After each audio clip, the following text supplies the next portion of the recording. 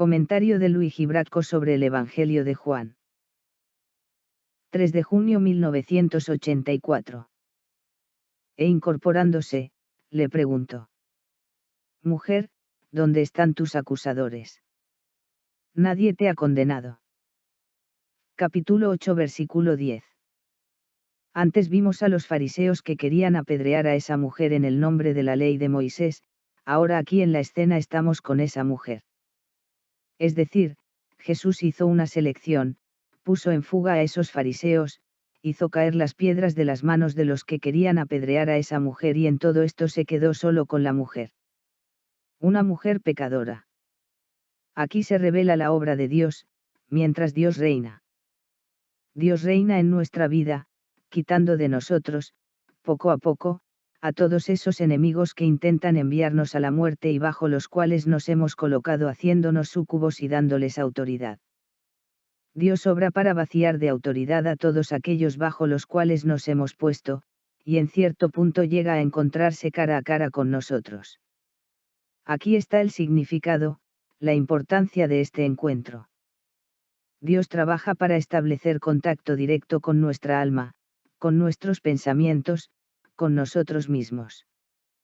Y aquí finalmente Jesús dirige la palabra a esta mujer. No la había mirado antes, no le había hablado antes, y ahora le habla directamente. Y no se dirige a la mujer para preguntarle cómo le fue, si pecó o qué pasó. Le dirige una palabra que es una pregunta. Mujer, ¿dónde están tus acusadores, los que querían apedrearte? ¿Por qué Jesús hace esta pregunta? Jesús dirige esta pregunta a la mujer, para hacerla consciente de la liberación en la que ha venido a encontrarse. Ella no se había liberado, Jesús no la había instado a liberarse porque ella no podía liberarse, estaba dominada, los demás la dominaban desde lo más alto de la ley. En cierto momento la palabra de Dios nos hace darnos cuenta de que somos libres. Es Dios quien ha trabajado. Aquí se revela el buen pastor que cuida de las ovejas y lucha contra los lobos. Esa mujer fue puesta en libertad por aquellos que querían enviarla a la muerte, pero, era realmente libre. Enviar a la muerte materialmente es solo un signo, el mismo Jesús dice. No temas a los que pueden dar muerte a tu cuerpo. Hay otra muerte mucho más grave. Se mata desviando un alma de Dios, de intentar conocer a Dios sobre todo. Esto es lo único necesario para lo que fuimos creados y en lo que se resuelve todo nuestro destino. Nuestra vida está escondida en Dios. Si la palabra de Dios nos dice que nuestra vida está escondida en Dios, desviar un alma de Dios es desviar un alma de su destino, es desviar un alma de su vida.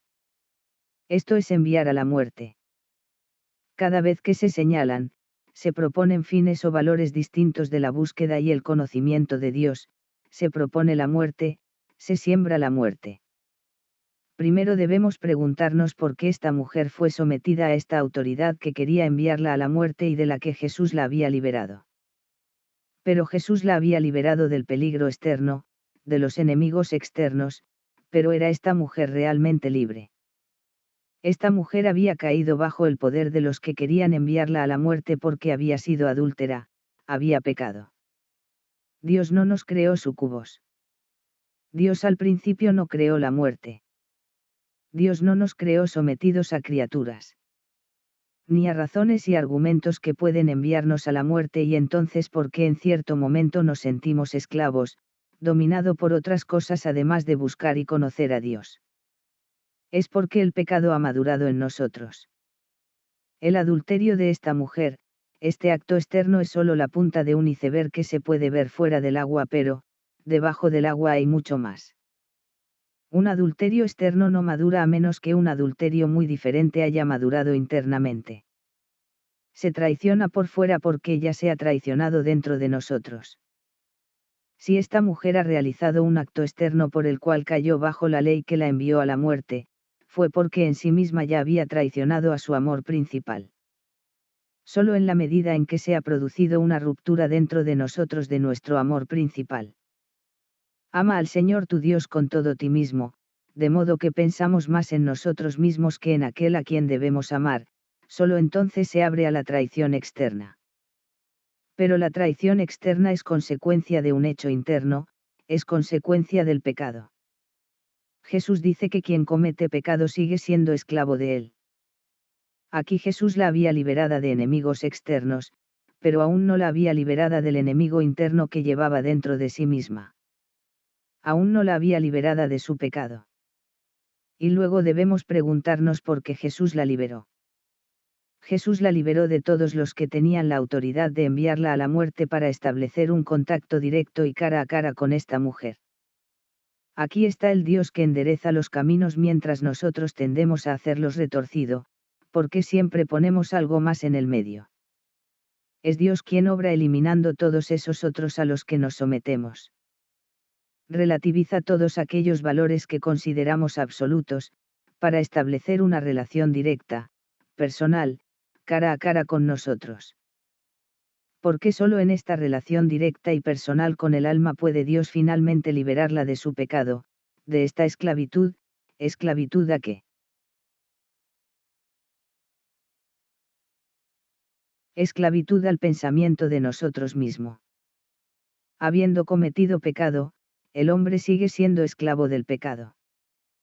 Aquellos que cometen pecado prefieren pensar en sí mismos al pensar en Dios. Uno permanece esclavo del pensamiento de uno mismo. ¿Qué significa ser esclavo del pensamiento de uno mismo? Significa que en todas las elecciones que se hacen estamos determinados por el pensamiento de nuestro ego, sin tener la posibilidad de consultar la luz de Dios. Seguimos dominados por el pensamiento de nosotros mismos, ya no podemos recurrir a la luz de Dios, el cielo permanece cerrado. E incluso si cuestionamos a Dios, Dios no responde. Así que nos vemos obligados a elegir todo de acuerdo con el pensamiento de nosotros mismos.